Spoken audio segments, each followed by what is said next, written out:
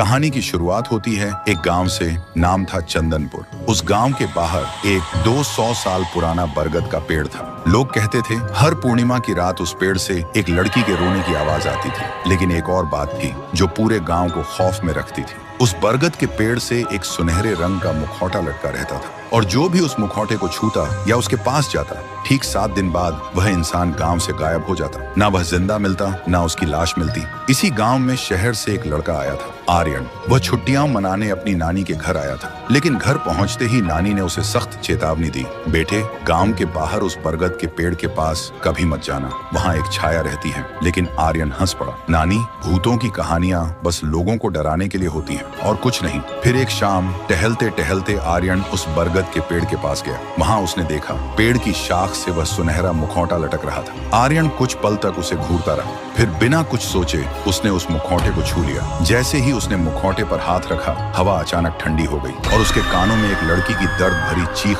गूंज उठी। आर्यन घबरा गया और गांव की तरफ भाग गया। उस रात आर्यन को नींद नहीं आई। उसे लग रहा था जैसे कोई उसके कमरे के बाहर खड़ा हो जो चुपचाप उसे देख रहा हो। अब उसके दिल में भी मौत का डर घुलने लगा था। फिर सुबह आर्यन ने गांव के सबसे पुराने पुजारी से पूछा, बाबा उस बरगद के पेड़ का सच क्या है? सुनते ही पुजारी डर से कांपते हुए बोले, बेटा उस पेड़ से दूर रहो, वह पेड़ नहीं एक जागा हुआ श्राप है। आर्यन ने कहा, क्यों ना एक बड़े अघोरी को बुलाया जाए, शायद वह इस श्राप को खत्म कर सके।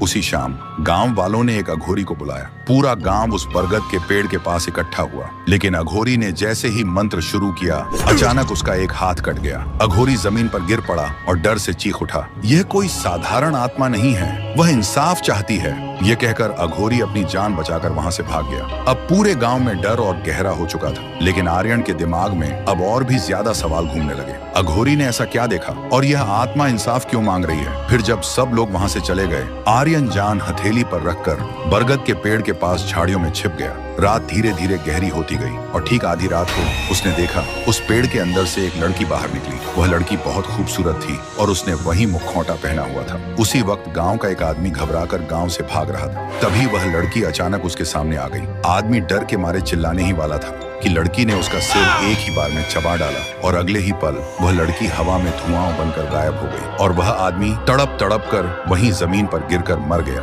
ये देखते ही आर्यन का दिल जोर जोर से धड़क रहा था। अब उसके दिमाग में बस एक ही सवाल घूम रहा था, यह लड़की कौन है और इतनी बेरहमी से लोगों को क्यों मार रही है? क्या यह कोई श्रापित आत्मा है या किसी पुराने पाप का बदला? तो दोस्तों, उस बरगद के पेड़ में छिपी वह लड़की कौन है और वह लोगों को क्यों मार रही है? यह राज अगर आप भी जानना चाहते हो तो कमेंट करो पार्ट 2।